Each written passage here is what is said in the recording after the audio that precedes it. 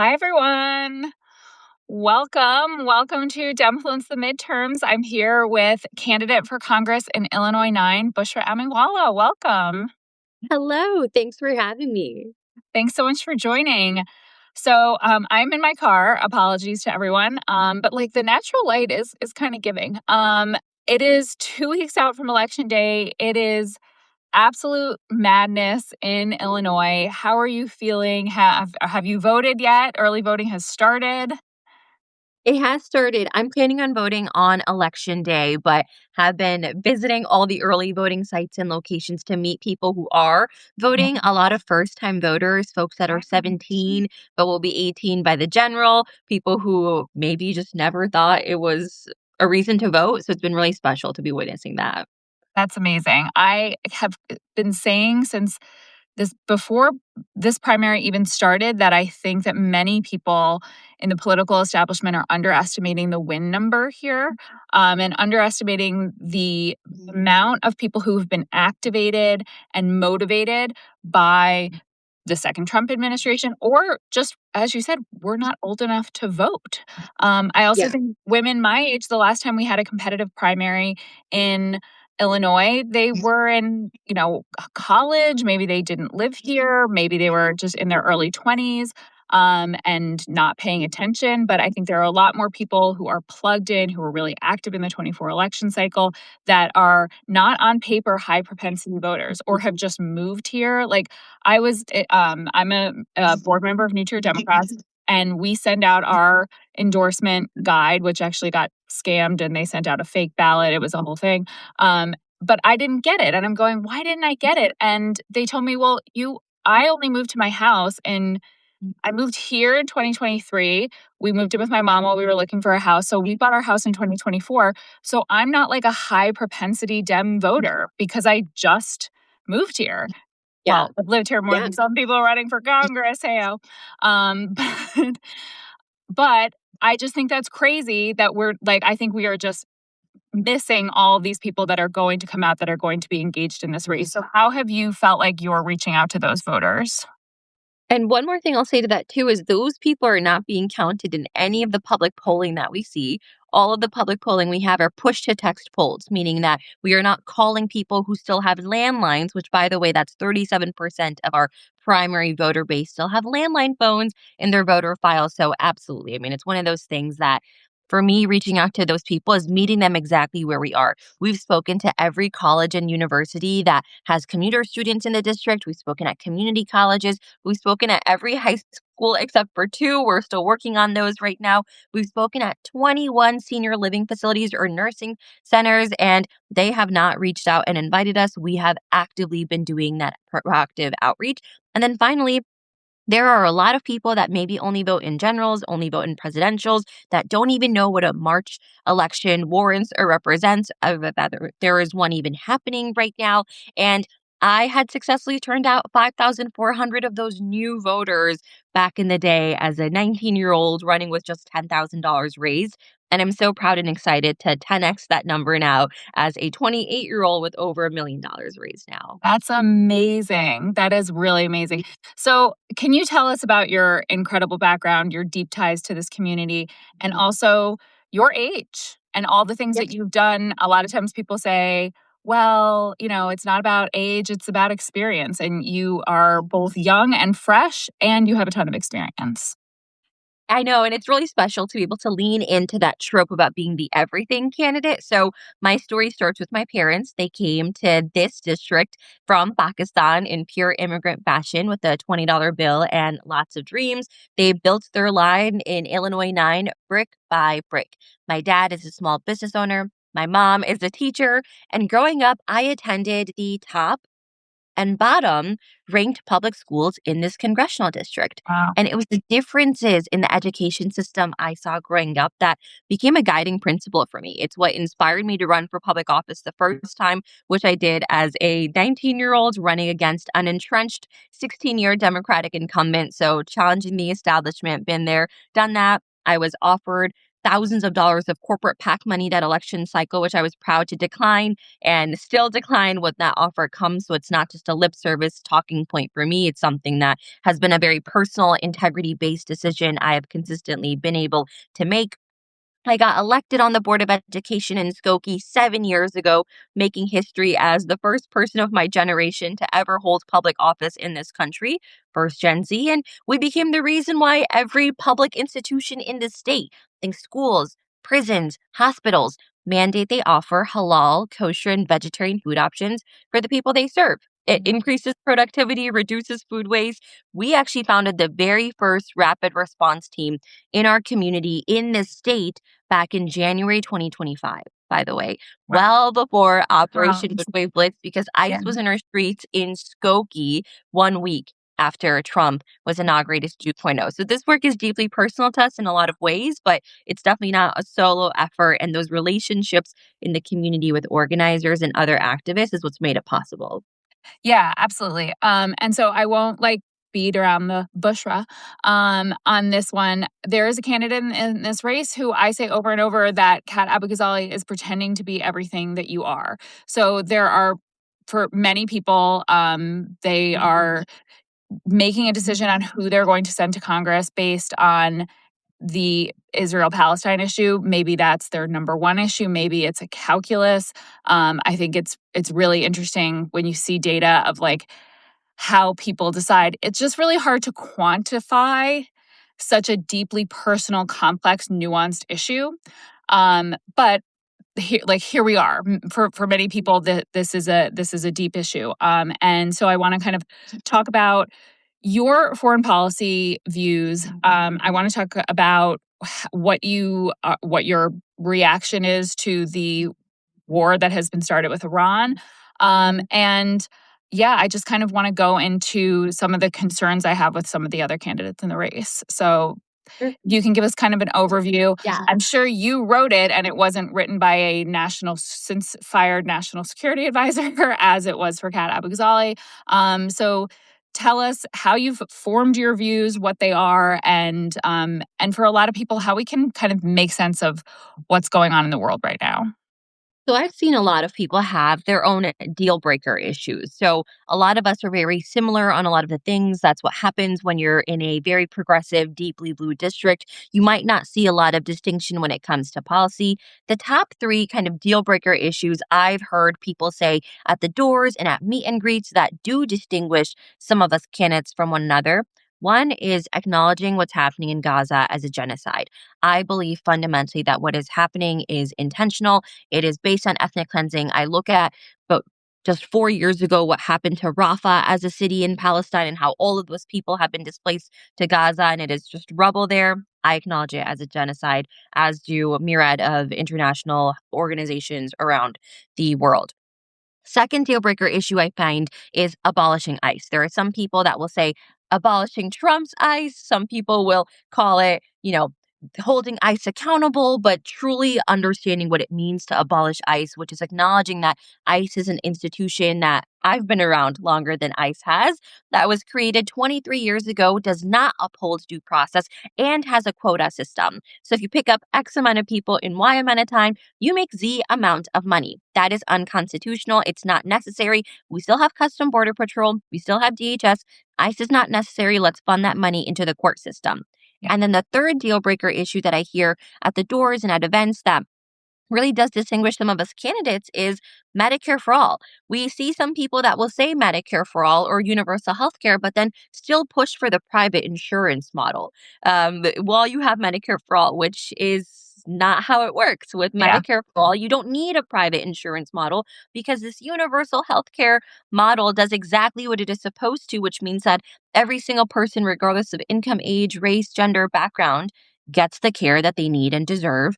Yeah. And these are the top three issues that I found to be that deal breaker piece between myself and other candidates that I'm proud to articulate in a way for people because it's You did confusing. that very well. It is confusing. And I will just further, because we only have 14 days left, I'm just going to run through those three deal breaker issues and quickly tell you where the top candidates stand on all of them. I believe Mike Simmons, Bushra, and Kat are the only candidates in the race that will call it a genocide. since I'm endorsing this, I'm just going to shout out a position of something that I've started using in my own life. And I think I've said that you and I mean, we are friends. We talk about these issues a lot. And I've said to people, Bushra and I will have to talk for about an hour until we get to a point where we disagree. And something that I've heard Biss say on the topic of genocide is we need to move forward and build a coalition for peace. And that includes people who call it a genocide and those who have experienced a genocide.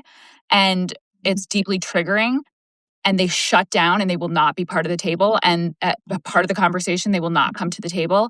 And is, having an open definition of, some people will acknowledge that it's a genocide, others that is deeply triggering, a way to build a coalition for peace. I honestly don't know the answer, but I feel that is, a well thought out and nuanced thing that you can't show with a sign, because I actually think to boil it down to something so quick like that. I mean, your answer and your explanation isn't a one word answer. Makes it difficult, and I think is deeply disrespectful to the issue. But all that being said, as I said, I think we agree on about 98% of the policy positions that you've put forth. And let's go into abolish ICE. You were sitting next to a candidate at the forum that was televised on Fox 32. So maybe I'll post this clip. And the candidate next to you, Phil Andrew, was explaining how we need to work with ICE, how we need to protect ICE, how important law enforcement is. I come from a law enforcement family, and I think it's deeply insulting to law enforcement to put them even in the same bucket, even in the same breath as ICE. What these people are doing, they are monsters. And this isn't the first time he's equivocated on ICE. When Daniel called them monsters in a forum, he went up to him personally and said, "You make it really unsafe for other law enforcement by calling them monsters.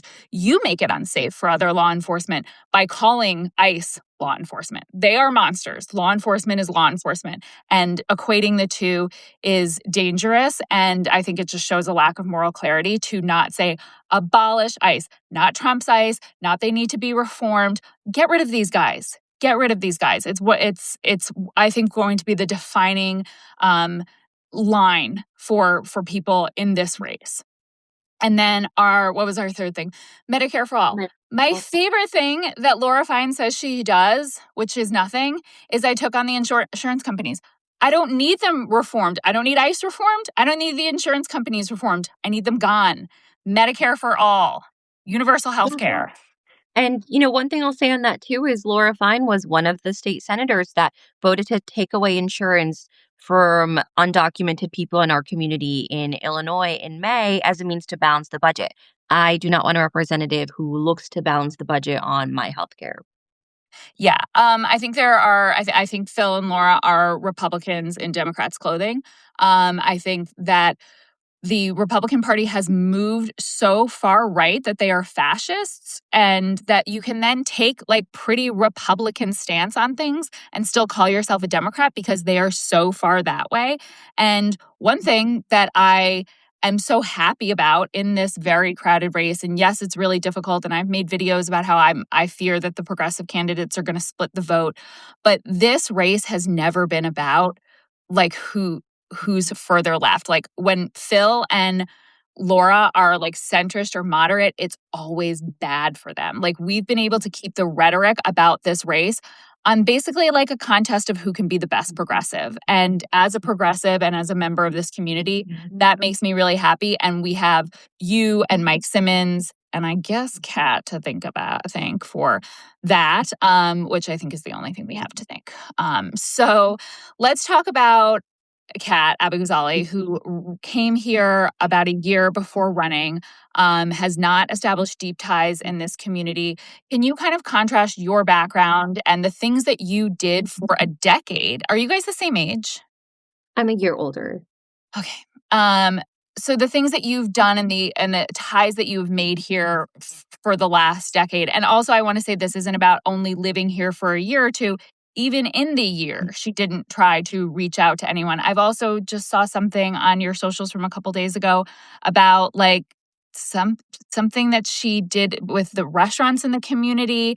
I just feel like it's a lot. Can we go into this? Mm-hmm. So here's what I'll say. What's really interesting is that online, I'll oftentimes, or even by the media, get asked to compare myself to Kat as an example, and I'll make it easy. Here's what we have in common. We're two Gen Z women running for the seat. But in reality, on the ground, when I'm talking to everyday voters, I get asked to compare myself to the people who have a record of service in this district, which includes candidates that you've mentioned, someone like honestly everyone, Daniel Biss, Laura Fine, Mike Simmons, even Phil Andrew. Like they all have a record of service in this district, whether it be Yeah. serving literally in the FBI or as in our state legislator in some way, form, or fashion. So what sets me apart from all of the candidates in this race is five things. First is consistency. I am hyper consistent on the issues, regardless of who is in the room, regardless of who is in front of me. You will see it printed on my campaign literature. You will find it on my website. There is no confusion on where I stand on the issues, and that is integrity to me. Second is credibility. I've actually organized with the groups and folks in this community. So something such as Operation Midway Blitz was awful, but that was not our first time protesting and engaging with ICE. We shut down the McHenry County Detention Center, the only one in this state, back in 2016, 2017. This is not new for us. We have those credible chops too. Which leads me to third, lived experience. I have actually faced the problems that I'm hoping to solve and learned to solve them with teams, and government was that hand up for my family and I growing up. So something like SNAP being gutted in because of the government shutdown that we saw for 47 days, that was deeply personal to us. But I also organized with Northside Power 10 years ago about a referendum on the bottom of the ballot, which would increase state funding for food service benefits in the event of a federal government shutdown. So it was a really thoughtful full circle moment for me to see state government fill in the gaps when federal government wasn't doing its thing. Leads me to my fourth point of relationships. These are communities who I know deeply well, everyone from the parents of the folks I went to school with to my neighbors who I've organized and gone to protests and taken the CTA to downtown with, to the person I met at a grocery store 8 years ago on Valentine's Day and gave her a flower, who remembered that moment and reached out when I announced my candidacy. Wow. Which, fifth point, these are the four things money cannot buy, but I'm proud to be one of only four candidates who has raised over $1 million without self funding, without self special interest money, without corporate PAC money or any non values aligned money, and we have the money to organize and win as well. Amazing. I want to just go a little bit more into why do you think experience and community ties are so important in building trust with voters and the people who you ask for their vote and to, basically send you to Congress, fund you as a taxpayer? Why are those such important things?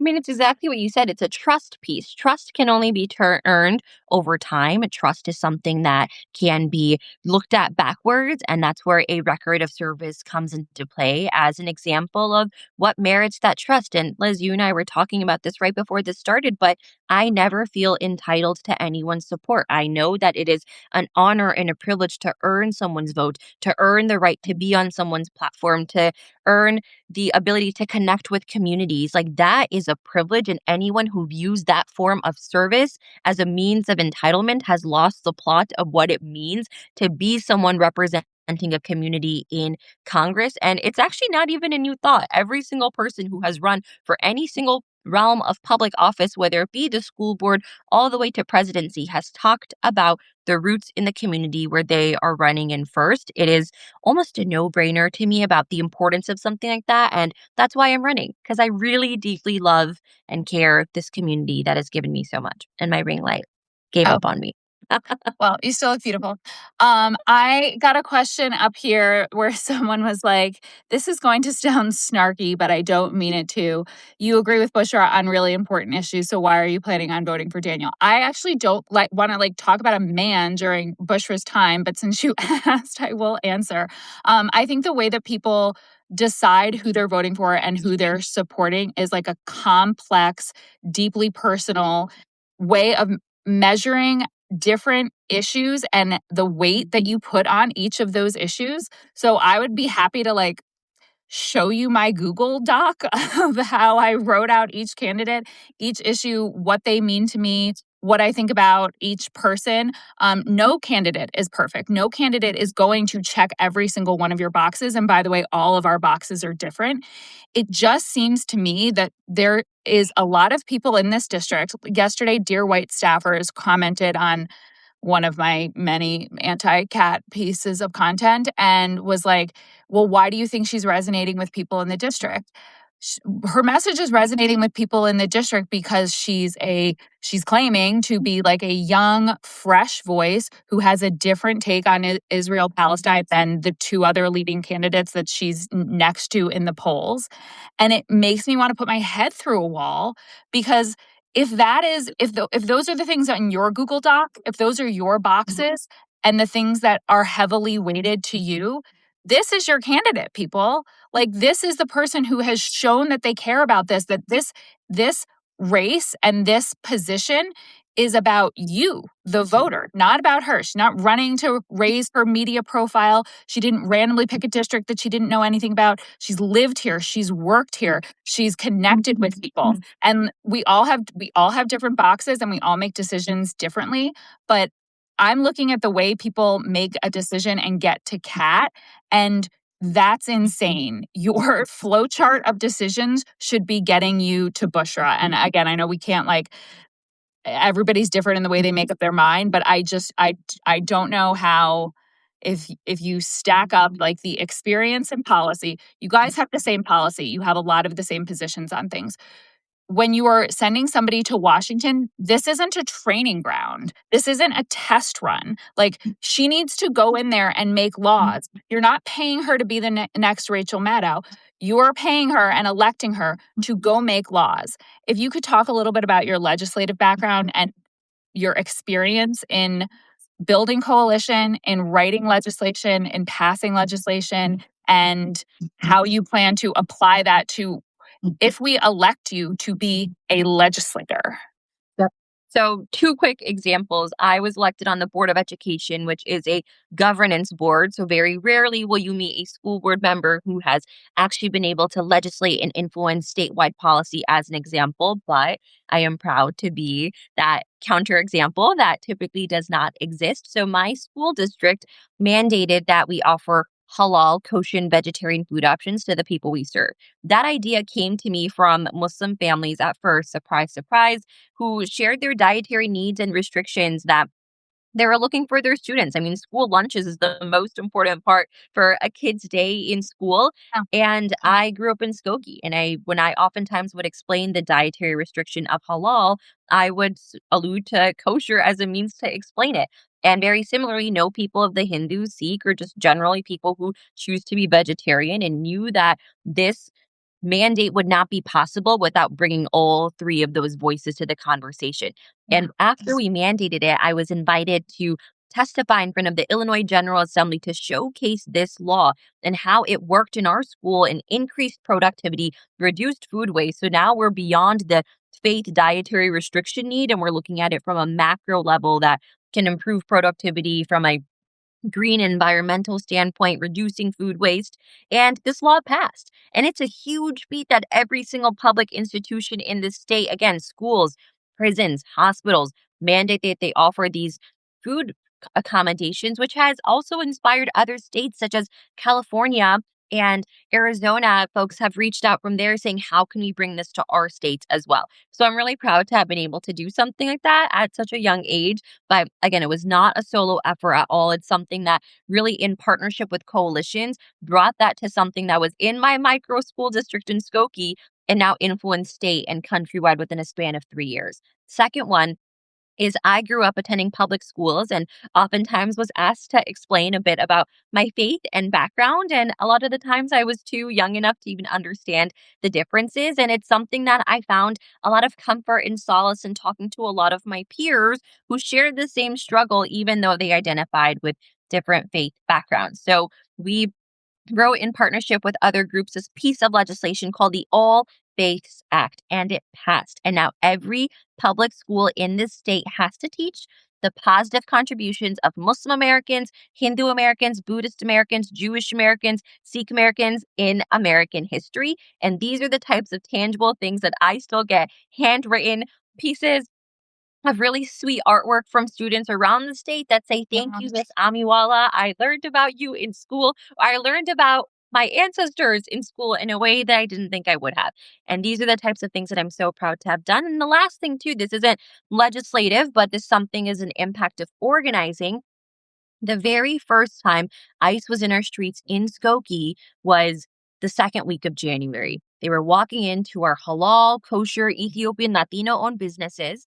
And I got a call from a random business owner who somehow got my number, which, from an accessibility standpoint, I'm glad it wasn't that hard. And he said, ICE is coming in and we don't know what to do. This was the same time that the main Pipe Street in Skokie had burst. There literally was water on the streets that had frozen over, and I couldn't even comprehend what this person meant, but there was ice. So those Know Your Rights cards, the first Yeah. iteration of them, I personally made those off of Wow. Canva, and that's why they're pink and purple and so pretty and cute because You that's the made one. those? Okay, I have one. I have those in my glove compartment. Yeah. Community organizing, people. Community organizing. And again, these are the types of things of getting things done with limited resources, being scrappy, knowing how to connect with the people that also know how to build infrastructure are exactly the types of things that our legislator needs in Congress to push bold and progressive agenda forward. Yeah, absolutely. I also just want to point out that I think that primaries, I think there are a lot of people that get like, are very demoralized and frustrated by this primary, by the primaries in Illinois. We don't have a lot of competitive primaries here. The last time we had this many competitive primaries simultaneously was over 40 years ago. And I think some people are feeling overwhelmed and frustrated, and like this weakens the party. If a primary is rigorous and respectful, it strengthens the party. It strengthens the party. It's an opportunity for us to talk about the issues that matter most, to catalog and rank literally what carries the most weight, what people are looking for. And it's very real right now that something that people are looking for is a fresh voice. And it would be similar to what happened on the far right of our party if we start saying, we want fresh voices, but then we elect people with no experience just because they have shiny packaging. Mhm. Like, that will create our party's MAGA. And I have been saying for a long time there will be an equal and opposite reaction to Trump. And we need to work as we are such an incredible community and district. We are educated, we are civically engaged, we are diverse, we are multicultural, we are economically diverse. It's an incredible place to live because people live in such harmony in all of our differences. Like, you can drive down the street and see 15 different businesses owned by people from 15 different countries. And we coexist and we work together and we try to build better schools and communities, protect faith, celebrate our differences. Like, this is all the things that make this community great. And it would be so deeply, like, my brain will fucking break if we get duped by like a selfless grifter when we have all of these incredible candidates to choose from. I know we're better than this, Illinois 9. I know we're better than this. You need to engage with candidates. Somebody said earlier on this chat, like, oh, I hadn't seen Bushra. Like, guys, you got to watch a forum. How many forums have you been to? All of them. I think Seriously, I haven't even missed one. at least there been, I would say 20 at this point. Yeah, the first one was in October. Yeah. So there have been many opportunities to watch a forum. It's 1 hour of your life. There's a televised one. You can watch the Fox 32 one. That's an hour and a half. It starts with like the top 3 candidates, and then it's Simmons and Bushra and Phil, and you can like hear more about their stances. You can also see Bushra giving Phil the death stare of a lifetime, injected into my veins. And like, if we want to protect what is great about this community, I need everybody to get engaged, to stop sniping in the comment section, read, watch, inform yourself on the candidate, I'm happy to give the template of how I like decide, write out the issues that matter most to you, and then look at the candidates and look at where they stand and make an informed decision. This isn't like a gut thing. And that will get us the leader and the candidate we deserve.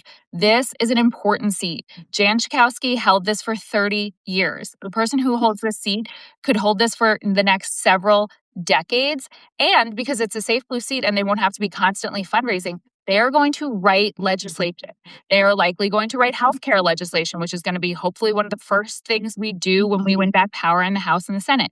They are going to be holding ICE and Donald Trump and the crimes that this administration has committed accountable. So think of not who vibes with you. Like this isn't, you're not picking a date at a bar. You need to think about what the job this person is going to go do. What are they going to do? They're going to hold hearings for ICE. They're going to be working on healthcare policy, likely, and they're going to be coalition building and power building to win us the White House back in 28. So those are like my top three things that like I want to pick a person who is going to do this. Think of what you want to send. You're again paying this person's salary. What do you want to go send them to do? And then like you got to take 1 hour and you got to look through everyone. And as I said, if your calculus gets you to CAT, go back through this, because if you really look at it, that same calculus will get you to Bushra. You've run an incredible campaign. You have an incredible work ethic. You connect with voters. I'm so grateful for your friendship. I'm grateful for you taking the time to do this today. I know you're incredibly busy, 2 weeks out from the election. Early voting has started, everyone. If you are in the North Shore, it is the Skokie Courthouse. It is the Wilmette Rec Center. Yesterday I said Centennial. It's not Centennial. They moved it. It is the Evanston Rec Center, Northbrook Rec Center, and Glenview Rec Center. Yep. It's also Oakton College. It's Oakton Community College, Skokie Courthouse, Arlington Heights Courthouse. I have a list of all the early voting places on my social media to make it easy and accessible for people to find those locations. And I shared it yesterday. Thank you. Thank you. I know it makes it easy to know, but yes, while we don't have ranked choice voting, we do in Skokie at the municipal level. We were proud to have, by the way, brought that to Skokie. Amazing. 25 as well. Percy collected a little around 150 petition signatures to make that happen. Awesome. While we don't have ranked choice voting in a safe blue primary like this, I don't believe in the fear mongering that comes with splitting a progressive vote when this literally is the most progressive district in the state. Everyone is running as a progressive, so vote for someone who you like. And I'm proud to have the highest favorables in this race. But to Liz's point, what we saw in the comment, there are still a lot of people who just don't know about me. And I appreciate you sharing your platform for me to reach more people, because I'm proud of the conversion rate that we have when we do meet a voter. And early voting has started. Come knock on doors with us, volunteer with us, follow on social at the minimum. And I'm very proud to have met and joined you today. Okay, we converted a voter. There we go. Thanks, Riot Mom. Really appreciate you. Hope to see you on the trail and to continue to work and organize with you. I just think you have all the when you first said that the person was reading about me, or I was like, she would make a great children's book. Like, I think that your story, I'm happy to have, like, I think you're a role model for my daughters in this community of what this looks like, and I'm just really happy to have your friendship, and I'm excited for the next 2 weeks. Thank you. Thanks for having me, Liz. Thanks, Bushra. Bye.